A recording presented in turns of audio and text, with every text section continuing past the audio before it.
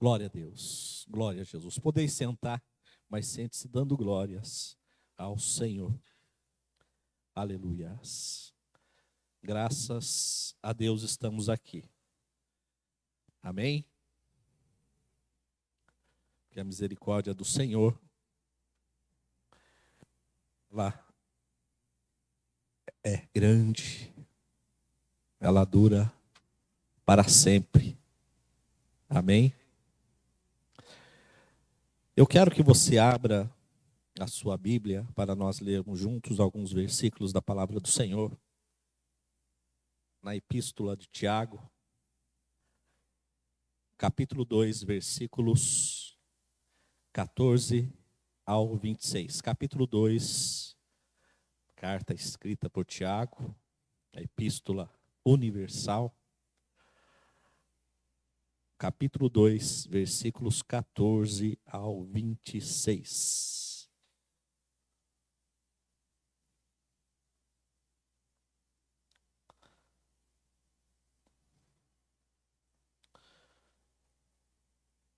Meus irmãos, que aproveita se alguém disser que tem fé e não tiver as obras? Porventura, a fé pode salvá-lo? E se o irmão ou a irmã estiverem nus e tiverem falta de mantimento cotidiano, e algum de vós lhes disser, ide em paz, aquietai-vos e fartai-vos, e lhes não derdes as coisas necessárias para o corpo, que proveito virá daí? Assim também a fé, se não tiver as obras, é morta em si mesma. Mas dirá alguém, tu tens a fé e eu tenho as obras. Mostra-me a tua fé sem as tuas obras, e eu te mostrarei a minha fé pelas minhas obras. Tu crês que há um só Deus? Fazes bem. Também os demônios o creem e estremecem. Mas, homem vão, queres tu saber que a fé sem as obras é morta? Porventura, Abraão, nosso pai, não foi justificado pelas obras, quando ofereceu sobre o altar o seu filho Isaque? Bem vês que a fé cooperou com as suas obras, e que, pelas obras, a fé foi aperfeiçoada. E cumpriu-se a escritura que diz, e creu Abraão em Deus, e foi-lhe isso imputado como justiça, e foi chamado o amigo de Deus. Vedes então que o homem é justificado pelas obras e não somente pela fé. E de igual modo, Raabe, a meretriz, não foi também justificada pelas obras quando recolheu os emissários e os despediu por outro caminho? Porque assim como o corpo sem o espírito está morto, assim também a fé sem obras é morta. Amém? Glória a Deus. Nós vamos falar um pouco, irmãos, no tempo que nós temos, e glórias a Deus por isso, um pouco sobre esta epístola, a epístola de Tiago, para nós conhecermos um pouco acerca deste autor, entender qual Tiago foi o escritor dessa carta, já que a Bíblia nos fala de pelo menos 4 Tiagos, amém? E nós vamos estar falando a respeito de cada um deles. Essa epístola, ela foi considerada, irmãos, uma carta universal. Ela foi escrita originalmente para uma comunidade, maior que uma igreja. A saudação lá em Tiago, capítulo 1, versículo 1, diz, as 12 tribos que andam dispersas, juntamente com outras referências, no capítulo 2, versículo 19 e 21 também, reforça, indicam que a epístola foi escrita inicialmente a cristãos judeus que viviam fora da Palestina, já que Tiago, ele era o líder da igreja de Jerusalém. É possível que os destinatários fossem os primeiros convertidos em Jerusalém e que após a morte de Estevão foram dispersos pela perseguição, conforme Atos 8:1, até a Fenícia, Chipre, Antioquia, da Síria e além, Atos 11:19. Nós temos por identificar uma palavra-chave dentro desta epístola. E a palavra é fé. Fé. Confiança absoluta em alguém. Amém? Para alguns, confiança absoluta em algo. Mas nós sabemos que esse alguém, ele é muito além de alguém.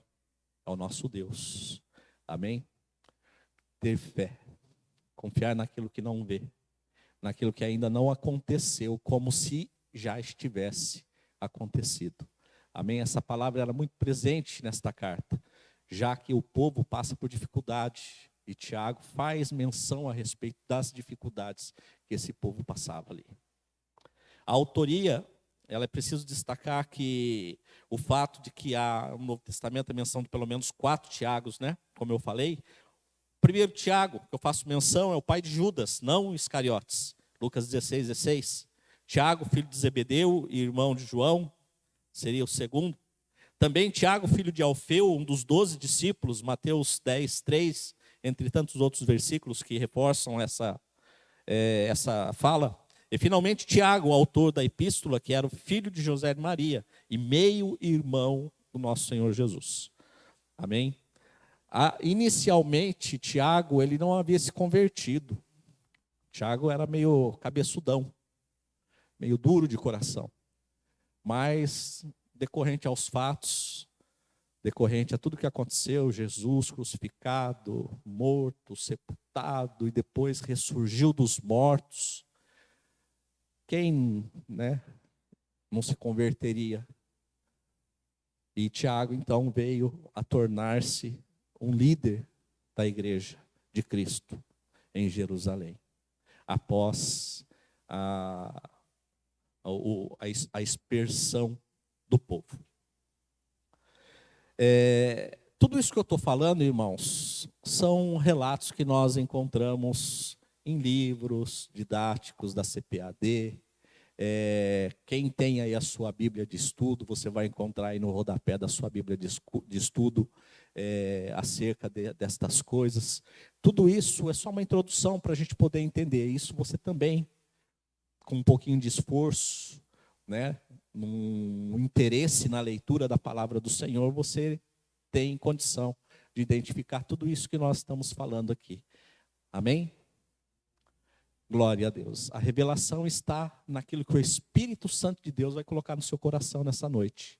Acerca daquilo que nós estamos falando e vamos falar aqui, nós queremos entender o conteúdo dessa carta, para poder conhecer o autor e compreender o porquê desta carta ter sido escrita e dela ter um peso tão poderoso ainda em nossas vidas nos dias atuais. Amém? Então, a autoria, nós já identificamos que foi Tiago, meio-irmão de Jesus. O local e a data, embora a maioria dos biblistas veja a Palestina, mais especificamente Jerusalém, como local mais indicado de produção dessa epístola, tal informação ainda ela é um pouco desconhecida. Sobre a data, tratando-se do período antigo da era cristã, sempre será aproximada. Não existe uma data fiel, uma data absoluta.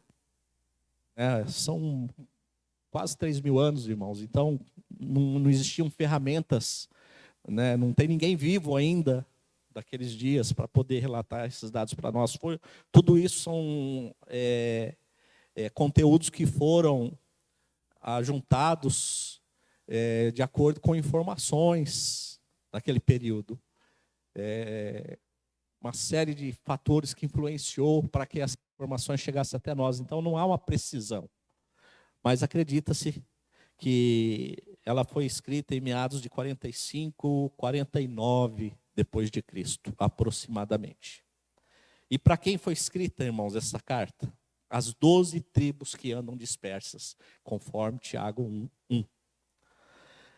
Há muita estrutura política de Israel perder a configuração da divisão em tribos. Assim, o Novo Testamento, a expressão 12 tribos, é um recurso linguístico que faz alusão de forma figurativa à nação inteira de Israel. Mateus 19, 28, Atos 26, 7, Apocalipse 21, 12. Todavia, ao usar a fórmula 12 tribos, na verdade, Tiago refere-se aos cristãos dispersos na Palestina e variadas igrejas estabelecidas em outras regiões, isto é, todo o povo de Deus espalhado pelo mundo. Amém? Acredita-se que no primeiro concílio de Jerusalém, onde Paulo também teve participação ali, essa reunião foi presidida sob comando de Tiago, porque ele ainda era o líder dessa igreja.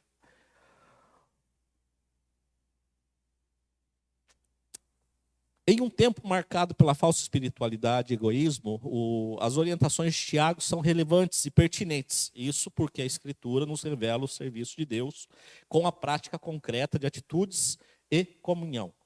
Guarda-se do sistema mundano, engano, falsidade, egoísmo e amar ao próximo. Assim, através de orientações práticas, Tiago almeja fortalecer e consolar os cristãos, exortando-os acerca da profundidade da verdadeira, pura e imaculada religião para com Deus, isto é, visitar os órfãos, as viúvas, nas tribulações, não fazer acepção de pessoas, guardar-se da corrupção do mundo, conforme Tiago 1, 27. Vamos ler. A religião pura e imaculada para com Deus, o Pai, é esta: visitar os órfãos e as viúvas nas suas tribulações e guardar-se da corrupção do mundo. Amém? O serviço social propriamente dito acontecia aqui e havia uma necessidade. E há aqui uma orientação já para nós acerca desse tipo de serviço, no que diz respeito a quem nós devemos estar atendendo. É claro que é muito mais profundo quando nós tratamos de órfãos e viúvas. Não são dois povos específicos, mas se nós formos nos aprofundar, nós vamos ver que é muito mais profundo, porque naquele tempo haviam viúvas que não se davam ao respeito, haviam viúvas que não se davam, não se dedicavam ao amor a Deus, não eram convertidas, para que você entenda, assim como também alguns filhos rebeldes, né? Para qualquer, isso eu digo porque isso é atual, tão atual, porque isso é algo que faz parte da cultura da humanidade. Nós sempre haverá no nosso meio viúvas e órfãos. Amém?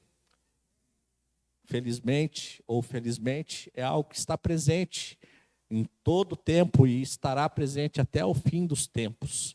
Órfãos e viúvas. Mas havia uma necessidade de se identificar a que viúvas se deveria estar auxiliando, a que órfãos deveria estar auxiliando. Já, como eu tenho falado, algumas dessas viúvas não se davam o respeito e outras não eram convertidas. Então havia um controle. Por exemplo, para que você entenda, viúvas com menos de 40 ou 50, 60 anos, mas muito novas, esse auxílio não chegava, porque acreditava-se que essas donzelas, vamos dizer assim, viúvas muito novas, elas tinham a necessidade ainda de se casar novamente, para poder ter sua família, formar uma família, e ela não teria maturidade, nem espiritual, nem mental, nem o que você queira imaginar, para conduzir uma família. Ou seja, era uma mulher que provavelmente ela não teria o controle na carne, por ser muito nova. Então eram mulheres que estavam debaixo dos olhos das mais velhas, para que ou se casassem e se adquirissem o devido respeito dentro da sociedade, ou que quando viessem adquirir a idade, vamos dizer assim, a idade permissiva para receber, então, esse auxílio. Mas isso é algo que acontecia ali na época e pouco se ouve falar a respeito dessas coisas. São coisas que vêm ao nosso conhecimento quando nós nos aprofundamos um pouco mais no tempo em que tudo isso aconteceu. Amém? Tiago, também essas cartas, elas falam muito de injustiça, de desigualdade social. Se você ler, deixa eu ver se é no começo do 2. No 2, no próprio capítulo 2, você lê lá desde do versículo 1, você vê uma certa acepção de pessoas. E essa acepção, ela existia no meio do povo. Tenha curiosidade, irmãos, de ler.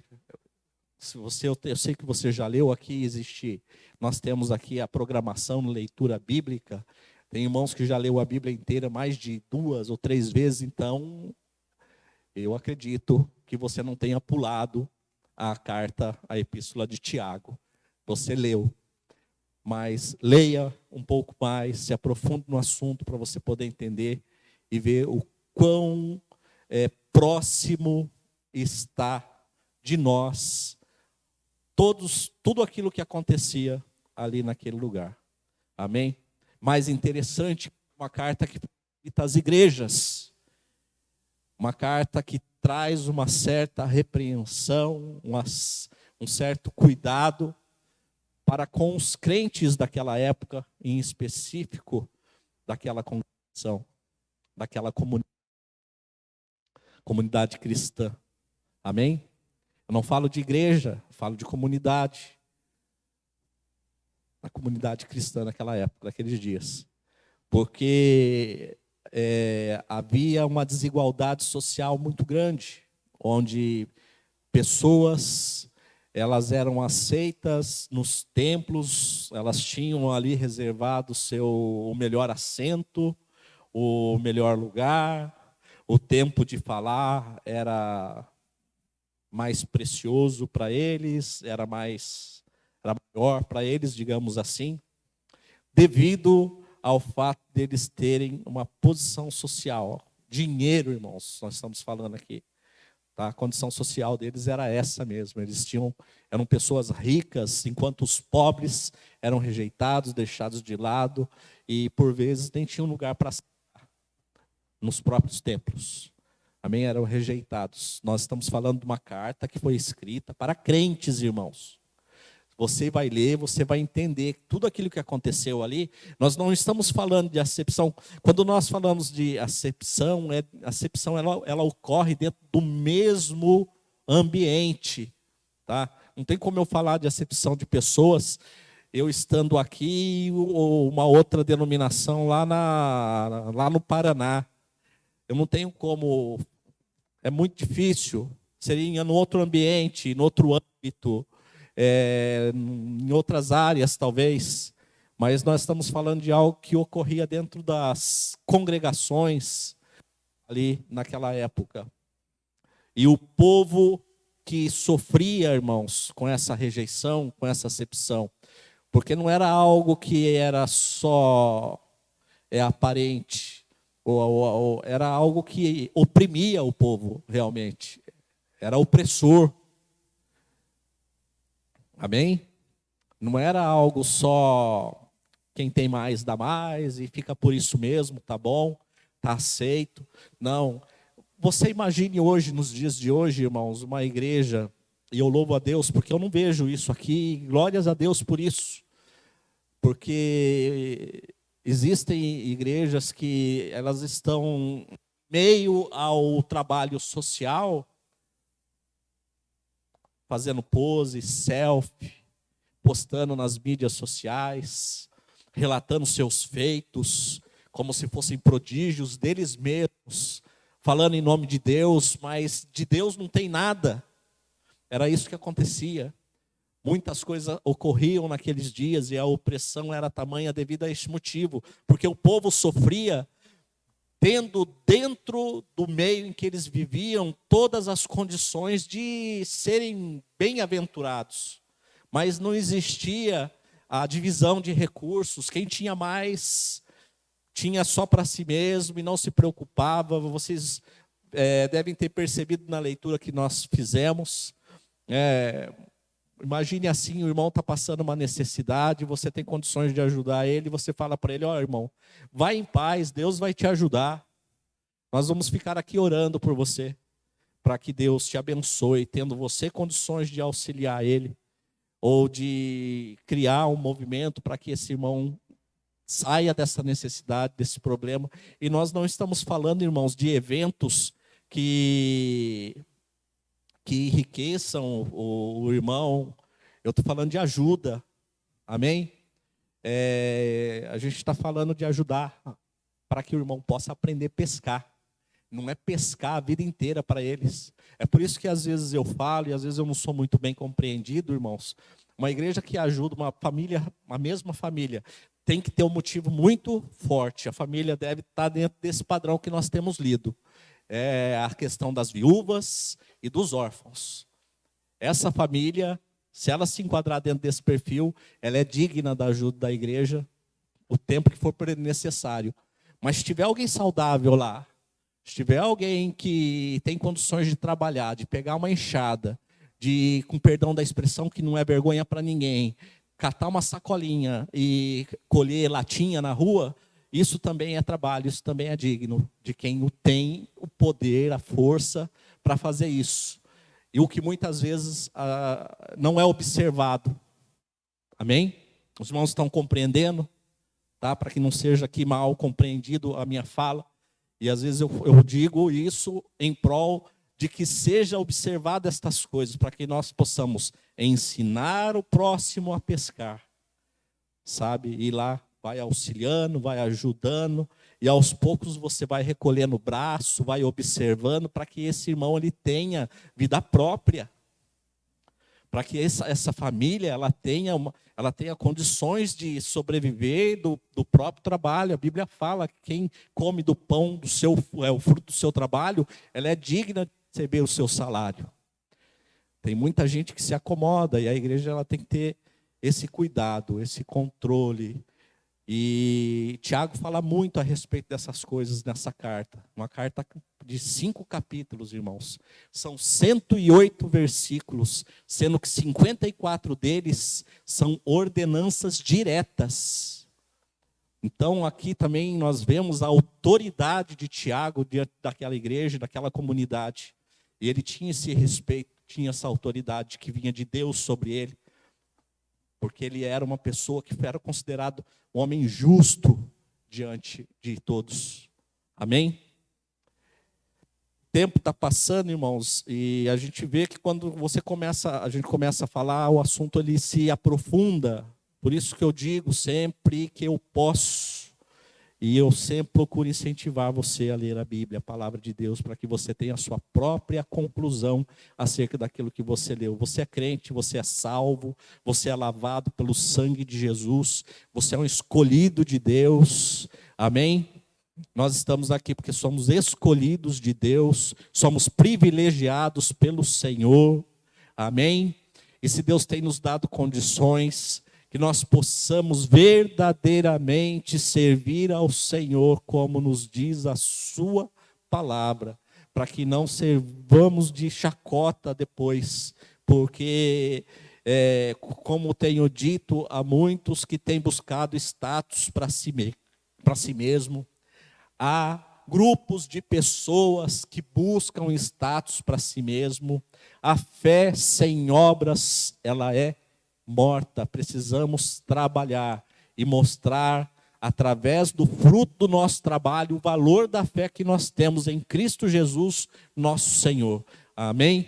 Paulo também falava acerca dessas coisas e até muitos querem contradizer o que Paulo falava, porque Paulo dizia, vamos ler lá, eu quero ler com você também, para que nós não nos perdamos, lá em Efésios 2, Efésios capítulo 2.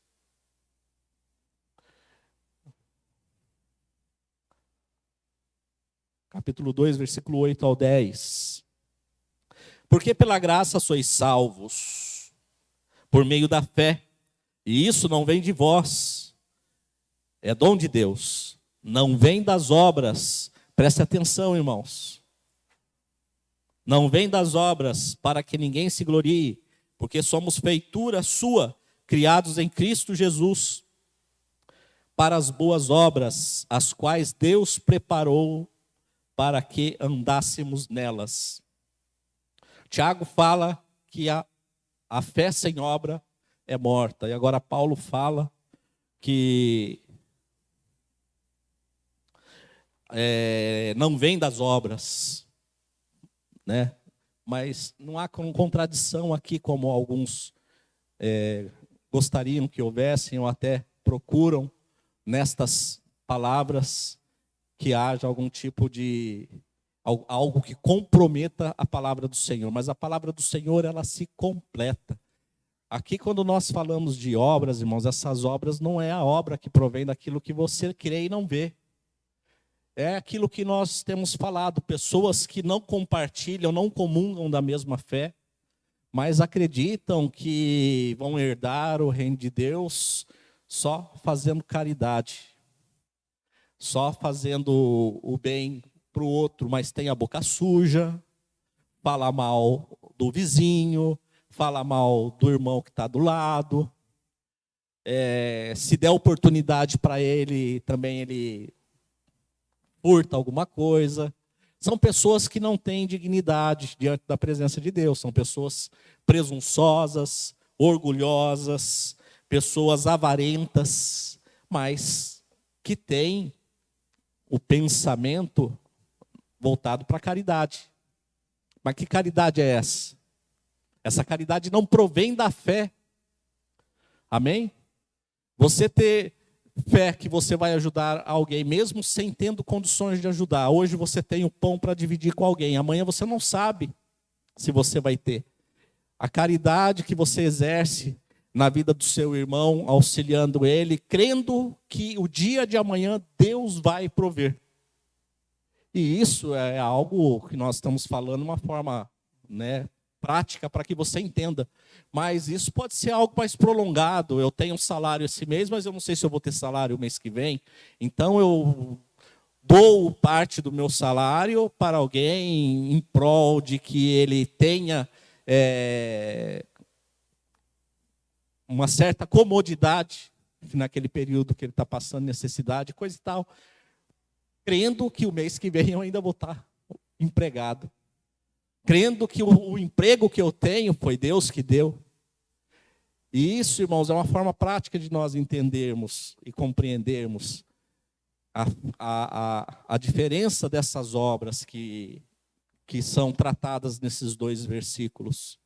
Amém? Paulo fala de uma obra abstrata, de algo relevante, às vezes desnecessário. Mas Tiago fala de uma obra firmada na fé, uma obra criada através da fé. Amém? Uma obra que ela tem por consequência a fé. Em uma obra que também, e uma fé que produz, que é produzida por meio da obra, por meio de algo que você ainda não tem, mas que você crê que você vai ter, porque é o Senhor que vai te dar.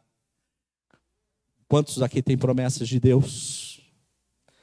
Eu também, irmãos. Eu também. E por vezes Deus tem falado que a promessa está de pé. E o que nós temos feito, irmãos, enquanto a promessa não chega, é vivido da fé.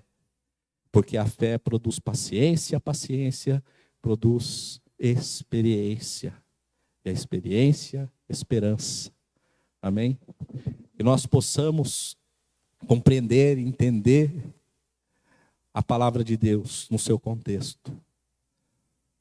E viver por aquilo que o Senhor tem nos produzido.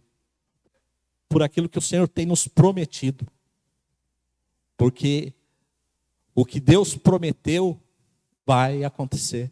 Porque Ele é fiel para cumprir com os seus mandamentos, com a sua palavra. Amém? A hora já se passou. Uma outra oportunidade, querendo Deus, como tenho dito, se aprofunda na palavra de Deus, você vai encontrar coisas maravilhosas, um entendimento muito profundo nessa carta de Tiago. Carta universal, porque ela foi escrita para todos e atinge até os dias de hoje. Até os dias de hoje, até a atualidade que nós temos vivido, nós encontramos firmeza nessas palavras e profundidade da parte de Deus, do Espírito Santo de Deus, acerca de como devemos conduzir os nossos passos, os nossos caminhos, como nós devemos nos guiar diante dos acontecimentos, para que não sejamos pegos de surpresa naquele dia, irmãos, dia em qual o Senhor virá e nos recolherá para estar com Ele. Amém? Que Deus abençoe os irmãos, que Deus continue abençoando a igreja do Senhor, e que o Espírito Santo de Deus fale um pouco melhor aos vossos corações. Amém? Eu agradeço a oportunidade em nome de Jesus.